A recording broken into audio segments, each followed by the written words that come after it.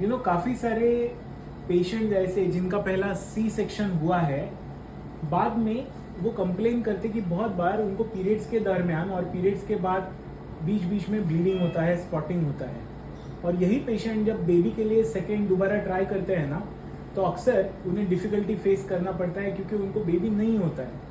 इस चीज़ का एक कारण होता है इन केस में, और इस चीज़ को हम कहते हैं इस्थेमोसिस।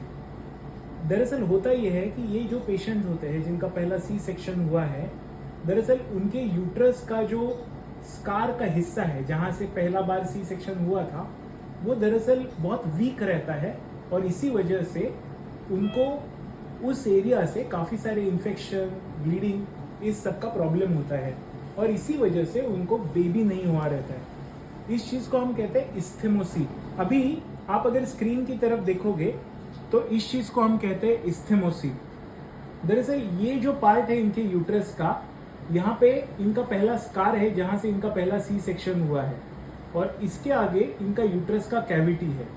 अभी प्रॉब्लम है इस पेशेंट में ये कि उनका कैविटी तो अच्छा है, लेकिन उनका ये जो इस्थेमोसिस है, इसकी वजह से उन्हें बीच बीच में स्पॉटिंग होना, ब्लीडिंग का तकलीफ होना, बेबी नहीं हो पाना, दूसरी बात ये सब हो रहा है। तो इस इस्थेमोसिस के लिए सर्जरी करना पड़ता है, और उसके बाद एक बार हमने ये खराब पार्ट निकाल दिया तो यूट्रस पूरी तरीके से नॉर्मल होता है, और उसके बाद पेशेंट नेचुरली दोबारा कंसीव कर सकते हैं।